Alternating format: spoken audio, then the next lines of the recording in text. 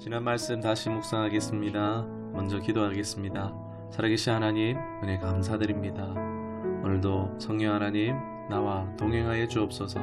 오늘도 나를 통치하시고 다스려 주시옵소서. 예수님의 이름으로 기도드리옵나이다. 아멘.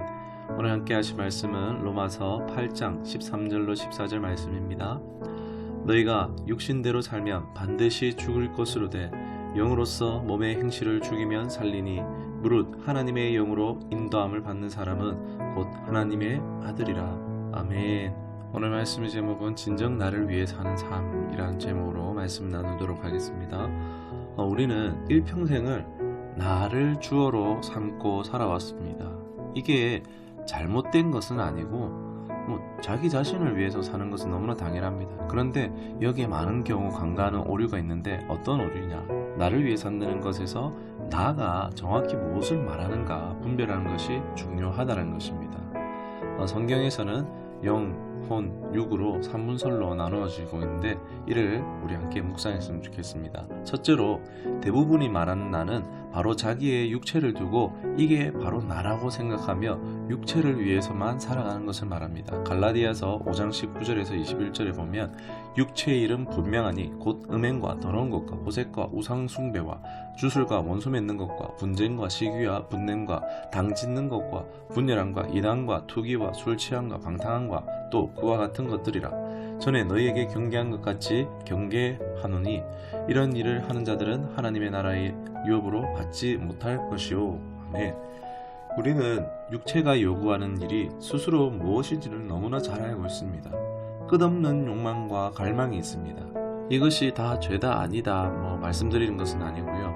우리가 잘 생각해보면 나를 위해 산다는 것이 과연 육체를 위해 사는 게 진짜 나를 위해 사는 것은 아니라는 것은 어렵지 않게 우리가 생각할 수 있습니다. 전도서 2장 25절에 먹고 즐기는 일을 누가 나보다 더 해보았으랴, 전도자의 말인데 실제 경험에서 우러나오는 말이죠.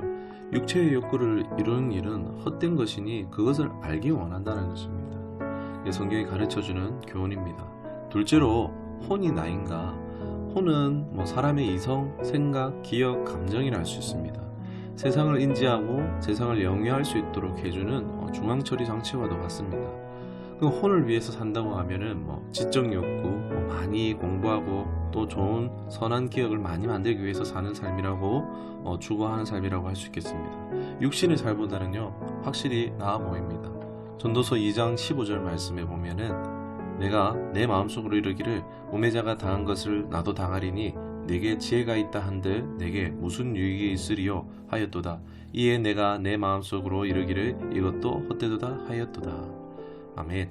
성경은 혼을 위해 사는 것도 육신을 따라서 사는 것과 별반 다를 바 없다라고 말하고 있는 것입니다. 시편 146편 4절에도 그의 호흡이 끊어지면 흙으로 돌아가서 그 날에 그의 생각이 소멸하리로다. 여기서 아담을 말하죠. 육을 말합니다.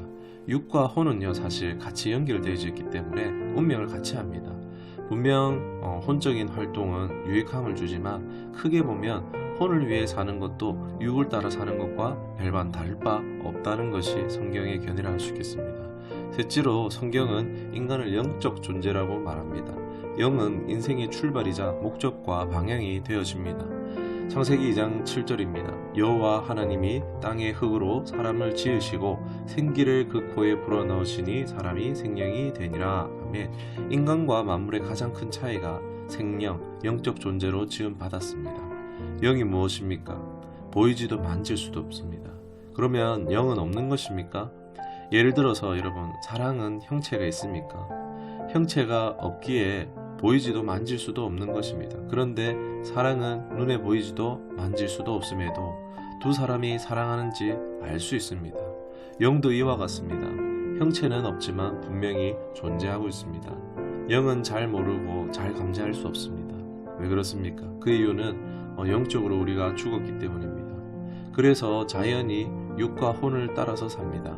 에베소서 2장 1절에 그는 허물과 죄로 죽었던 너희를 살리셨도다. 아멘. 하나님은 죄로 인해 끊어졌던 우리를 살리시기 위해서 구원자 예수 그리스도를 보내주십니다. 고린도전서 6장 11절에 너희 중에 이와 같은 자들이 있더니 주 예수 그리스도의 이름과 우리 하나님의 성령 안에서 씻음과 거룩함과 의롭다 하심을 받았느니라. 아멘. 하나님의 열심이 우리에게 찾아오시며 우리를 부르십니다. 우리 안에 성경을 보내시고 그 하나님의 열심으로 인하여서 인간의 죄의 문제를 해결해 주십니다. 하나님의 열심으로 인해서 성령이 오셔서 내 안에 영이 살아나면요, 그동안 해왔던 행동과 삶의 패턴들, 양식들이 내 속에서부터 알 수 없는 불편함을 느끼기 시작합니다. 점점 이제 하나님을 의식하게 되어집니다. 이게 무엇입니까? 죽었던 내 영이 살고 양심이 살아나는 것입니다. 하나님에 대한 갈망이 일어나는 것입니다. 여러분, 예배한다고 찬양한다고 돈이 생기는 것도 아닌데 왜 하고 싶습니까? 이런 갈망이 일어나는 이유가 무엇입니까? 우리의 영의 본래 목적은요, 바로 이 하나님을 알고 교제하고 동행하는 것입니다.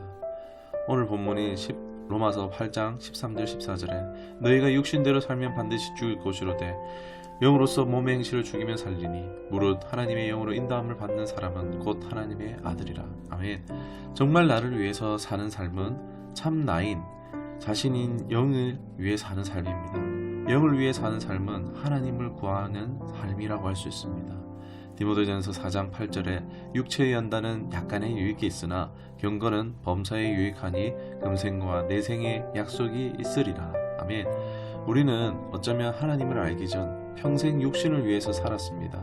육체의 연단은 예를 들어 세상적인 기술을 닦고 연마하고 연구하는 것으로 올림픽 선수가 잘 준비해서 금메달 따는 것과 일반이라 할 수 있겠습니다. 그러나 하나님과 교제하고 동행하는 이 경건은 바로 모든 영역에 유익하다는 것입니다. 만약에 여러분 금메달 따고 연금 받는 것보다 이 경건이 더 유익하다고 하는데 성경책 한 장 넘길 때마다 내 통장에 10만 원씩 들어온다면 성경 안 읽으실 분이 여기 계시겠습니까? 그리고 내가 한번 기도할 때마다 100만 원씩 준다면 기도 안 할 사람이 어디 있겠습니까? 그러나 여러분, 우리는 영적인 사람은 이것이 더 가치 있다는 것을 믿고 행하는 자입니다. 성령 하나님과 교제하기 위해서, 사귐이 있기 위해서 살기를 결단할 때에 육체의 생각이 아닌 영의 이끌림을 받을 때에 범사에 유익해 하시는 하나님의 역사하심과 응답하심을 경험하게 될 줄 믿습니다. 나를 위해 사시되 여러분, 나의 영을 위해서 사는 삶을 살아가기를 원합니다. 내 영을 위한 가장 좋은 것은 주 예수를 아는 것, 주 예수의 영과 동행하는 것인 줄 믿습니다. 기도하겠습니다. 육신의 요구보다 성령님의 감동에 더 민감한 우리가 되길 원합니다. 내 안에 영과 육이 충돌할 때에 나와 동행하시는 성령님을 의지합니다. 이기에 앞서서 하나님을 위해 진정 나를 위한 선택을 하는 삶이 되도록 나를 항상 붙드시고 동행하여 주시옵소서. 예수님의 이름으로 기도드리옵나이다. 아멘.